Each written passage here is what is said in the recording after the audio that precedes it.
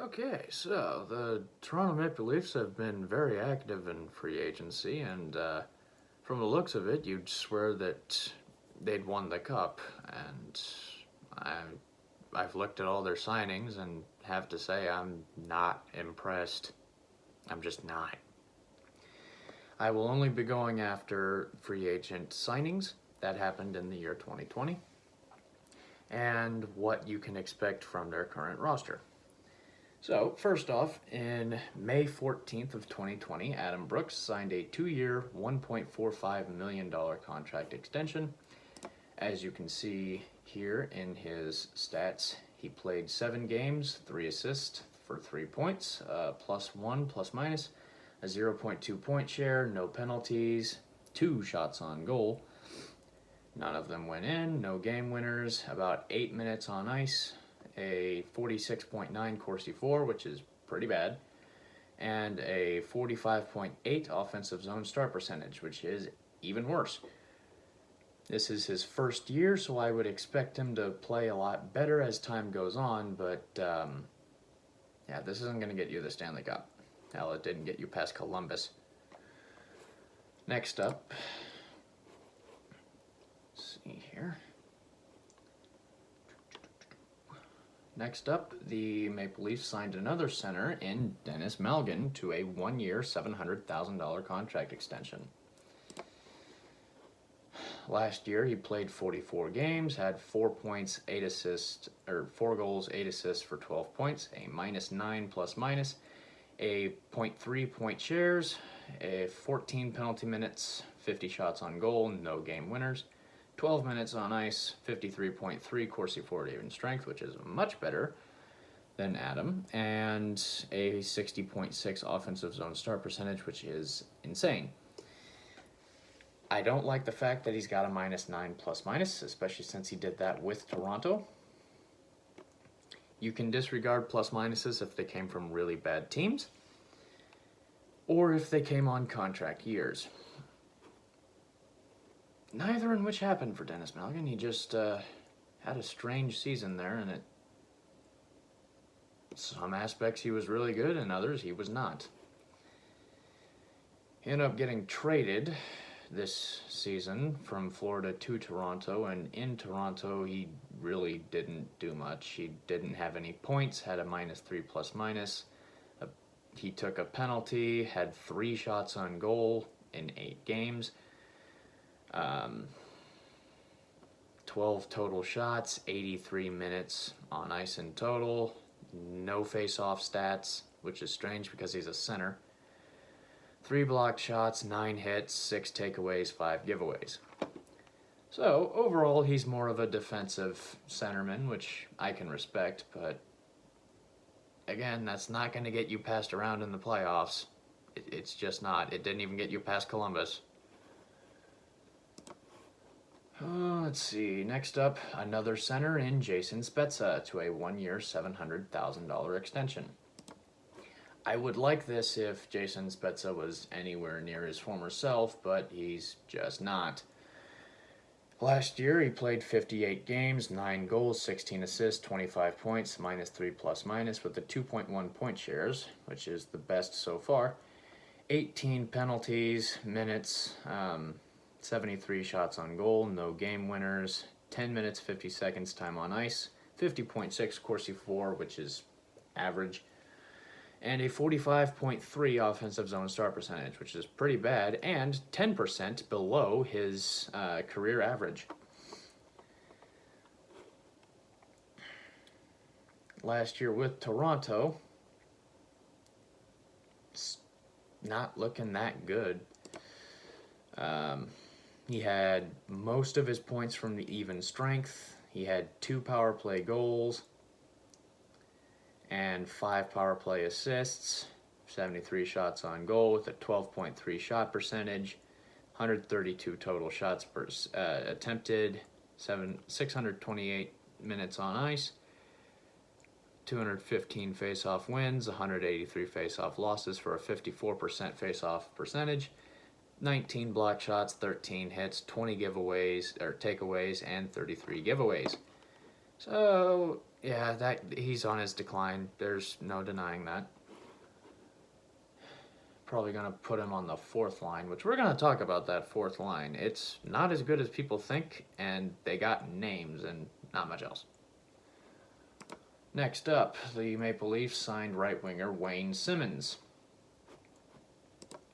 to a 1 year, $700,000, or 1 year, $1.5 million in October 9th of 2020. Wayne Simmonds here had 68 games played, 8 goals, 17 assists, 25 points, a minus 21 plus minus, which you can argue was because he played for New Jersey and then Buffalo. But it's still in the minus 20s. And if you look at his career totals here, he has not posted a positive plus minus since the year 2018-19 for Nashville. And before that, he didn't have a positive plus minus since 2010 when he played for the Kings. He does not contribute offensively. He is a power forward and nothing else. I do not care how many points you put up if you just give them right back up on the other end of the ice. I just don't. Next up, the Leafs signed TJ Brodie to 4 years, $20 million, which is a pretty fine deal. I like this deal more than any others. He played 64 games, 4 goals, 15 assists for 19 points, plus 7 plus minus with the Calgary Flames. 4.3 point shares, which is really good. 36 penalty minutes, so take that what you will, but he's a defenseman, 6'1", 185, aged 30, 65 shots on goal, got a game winner, 20 minutes, 27 seconds on the ice. Corsi for at even strength is 52.4, which is above his career average, and offensive zone start percentage is 48.8, which is expected for a defenseman and higher than his career average.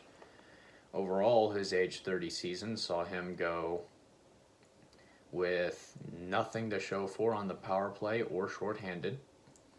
He had 165 total shots attempted, 87 blocked shots, 20 hits, 34 takeaways, and 52 giveaways, which is expected because he is a defenseman. He's not supposed to be a puck handler. That's fine. And given that he has a +7 plus minus, it shouldn't be an issue. This is an excellent signing for the Leafs. I like it. This might get them through the first round if everyone stays healthy.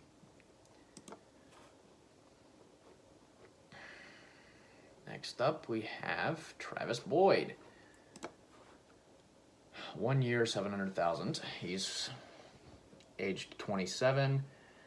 And last year he had 24 games played, 3 goals, 7 assists for 10 points, a +9 plus minus, a point share of 1.1. He took 1 penalty, had 26 shots on goal, no game winners, 11 minutes, 45 seconds on ice, 54.2 Corsi for even strength, which is really good and well above his career average. An offensive zone start percentage of 52.6, which is well above his career average. Overall, he just had a much better year this year, other than he only played 24 games, and he has never played a full season in his career. Other than that, the sky's the limit for this young man, and he could break out, assuming he gets any playing time, because as you can see, centermen are just all over the place in this free agent class. So he could get bumped over to the wing if need be, but playing out of position for a guy that needs to develop at the National Hockey League level might not be a good choice. Just saying. Next up, you have Zach Bogosian to a 1 year, $1 million contract. This has got to be one of the worst signings. I understand that he played for Buffalo and then got traded to Tampa, but every single statistic that I found on this guy shows that Tampa won in spite of him, not because of him. How in the hell people thought that Zach Bogosian was the piece that helped Tampa win it all is baffling, because nothing about his production screams that he was valuable in the playoffs or in the regular season. Hell, let's look at his playoff stats, shall we?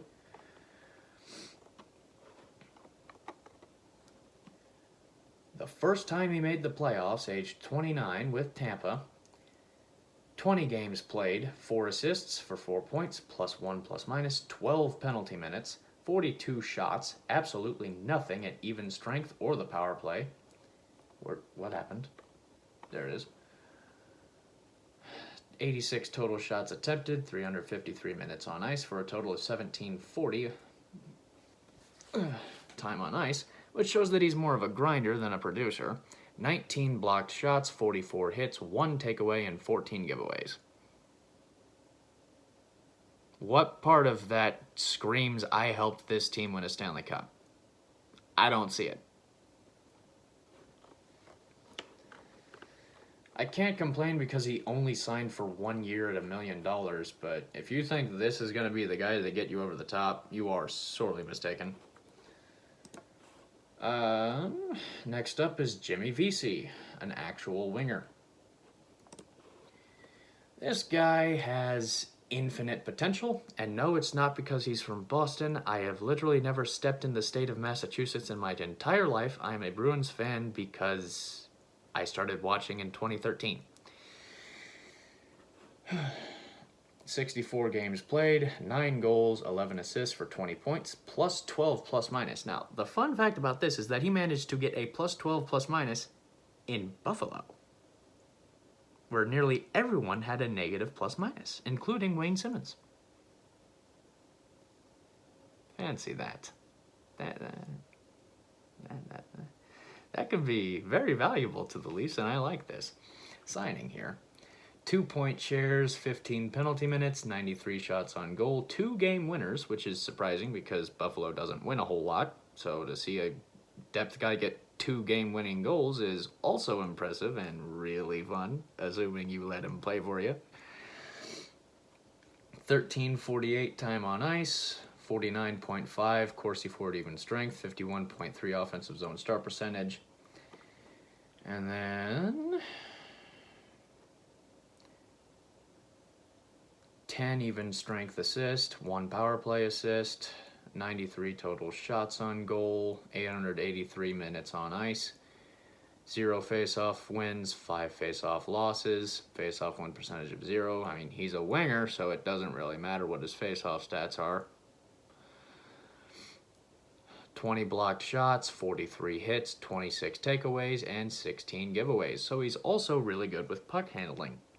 And he's defensive-minded, with that +12 ± in Buffalo. I'm telling you, this is a truly underrated signing, and I wish Buffalo would have kept him because these are some really good numbers that he put up. And, I got to give credit where credit's due. This is a really good signing for Kyle Dubas, assuming that Jimmy Vesey stays healthy, because he does have an issue with missing a game or two every single year. He has yet to play a full season. However, most of his missed games are just a couple. It's not a huge deal. Overall, really good signing. Next up, Aaron Dell. Last year, he played 33 games, 12 wins, 15 losses, 3 shootout losses, no shutouts, 5.3 point shares, which is expected because goalies do naturally have higher point shares. 1,834 minutes, goals against average of 3.01, and a save percentage of .907. Overall, decent backup for Freddie Andersen, who I believe is one of the best goaltenders in the league. I refuse to accept the slander of Freddie Andersen that he is a horrible goaltender. He's objectively not, and if you blame him for losing to Columbus, I'm going to have to take you over to the insane asylum, because a .936 save percentage is usually enough to win a series. And, you're paying that forward core about upwards of $40 million to get shut out in Game 5. It's pretty fucking obvious who's the reason that the Maple Leafs lost to Columbus, and it was not because of Freddie. I also believe that Freddie is completely overworked, given how many games he's played in his career and how many games he's played recently. That being said, Aaron Dell here has some interesting statistics, to say the least. Especially when it comes to advanced analytics. Quality starts, he's had 15 out of 30, which is a 50%. That's slightly below league average. Really bad starts, he had 5 of them. And really bad starts are save percentages below 850.